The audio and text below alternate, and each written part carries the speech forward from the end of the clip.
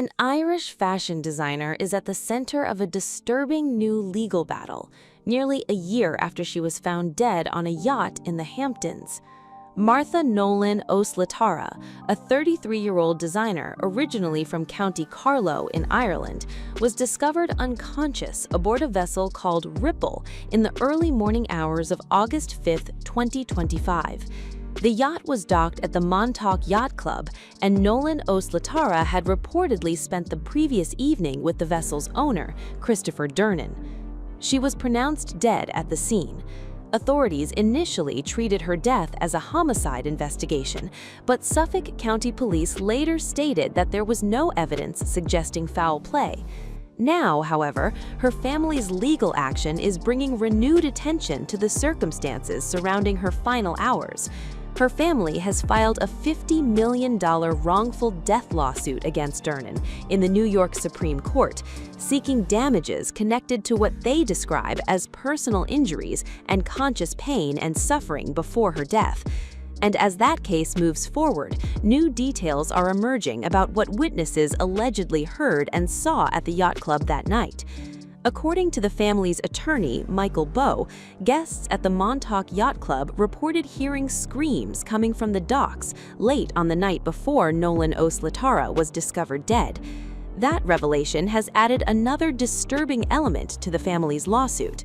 Bowe, who is representing Nolan-O'Slatarra's family, told the Daily Mail, "Some of the facts we have uncovered are in the EMT reports, which indicated they found blood in her mouth, on her head, on her chest, and possibly behind her head.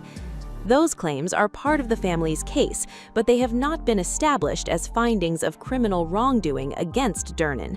Authorities had initially suspected a drug overdose as a possible cause of death, while the police department said there was no evidence indicating foul play. Nolan-O'Slatarra's family, however, believes Durnan was responsible for her death, and the wrongful death lawsuit now seeks to hold him accountable in civil court. The legal action is also bringing attention to the events leading up to Nolan-O'Slatarra's final night. According to the family's allegations, Durnan had previously told Nolan-O'Slatarra, "If you guys are looking for more money, let's sit down and talk about it," before an in-person meeting. Then, on the night she died, her friends reportedly became increasingly concerned when she stopped responding to their messages. Nolan-O'Slatarra's friends had reportedly been tracking her location through Apple's Find My Friends app after becoming worried when she stopped responding. Her location eventually pinged from the Atlantic Ocean. Then, according to the account provided in the family's case, she sent a message that appeared to reassure her friends. "LOL, I'm at the yacht club now, my phone is on." Nolan-O'Slatarra replied 10 minutes after a friend had ominously written in their group chat, "Lamau, I'm sure her phone died, or maybe she's dead." Shortly afterwards, first responders arrived at the scene, and Nolan-O'Slatarra was pronounced dead. The circumstances surrounding those final communications are now part of the broader questions surrounding the case. Nolan-O'Slatarra had been living on Manhattan's Upper East Side and had built a career in fashion after co-founding East X East, a resort wear brand. Her death, therefore, not only shocked those who knew her, but also brought an abrupt end to the life and career she had been building in New York. Now, nearly a year later, her family's lawsuit is placing renewed focus on the yacht, the people around her that night, and what happened before emergency services arrived. Durnan's account of what happened that night differs from the allegations made by Nolan-O'Slatarra's family. His attorney, Robert Holdman, said Durnan reported to police that Nolan-O'Slatarra had collapsed and that he believed she was having a heart attack. Holdman claims Durnan attempted to perform CPR, but that she was gone almost immediately.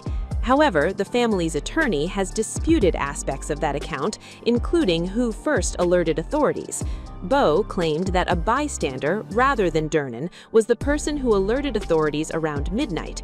He further alleged that Durnan refused to talk to investigators following Nolan-O'Slatarra's death. Bowe also disputed statements about communication between Durnan and the family, saying he has claimed publicly that he has been communicating with the family when he has never been in contact with them despite their repeated calls and texts. These are competing claims presented in the context of a civil lawsuit, and they have not been established as criminal findings against Durnan. The family is nevertheless pursuing multiple forms of damages, including compensation for Nolan-O'Slatarra's alleged injuries and conscious pain and suffering before her death, as well as punitive and pecuniary damages on behalf of her loved ones. For Nolan-O'Slatarra's family, the lawsuit is now an attempt to seek answers nearly 1 year after her death. A young Irish designer who left County Carlow and built a life and business in New York suddenly was found dead aboard a yacht in one of America's most famous summer destinations. Authorities initially investigated the death as a possible homicide before saying there was no evidence of foul play, while an overdose was among the early suspected explanations. But the family's civil case is now putting the events of that night back under scrutiny. The reported screams, the emergency response, the conflicting accounts over what happened aboard Ripple, and the questions surrounding Nolan-O'Slatarra's final communications are all becoming part of a legal battle worth $50 million. Importantly, a wrongful death lawsuit is a civil proceeding, and the allegations made in the complaint have not been proven in court. Durnan's attorney has also presented a different account of the events, saying his client believed Nolan-O'Slatarra was suffering a heart attack and tried to perform CPR. As the case develops, the key questions remain what happened aboard the yacht, what caused Nolan-O'Slatarra's death, and whether the evidence will ultimately support her family's allegations. For now, nearly a year after the Irish fashion designer's death, her loved ones are still searching for answers, and their $50 million lawsuit is putting her final hours back in the spotlight.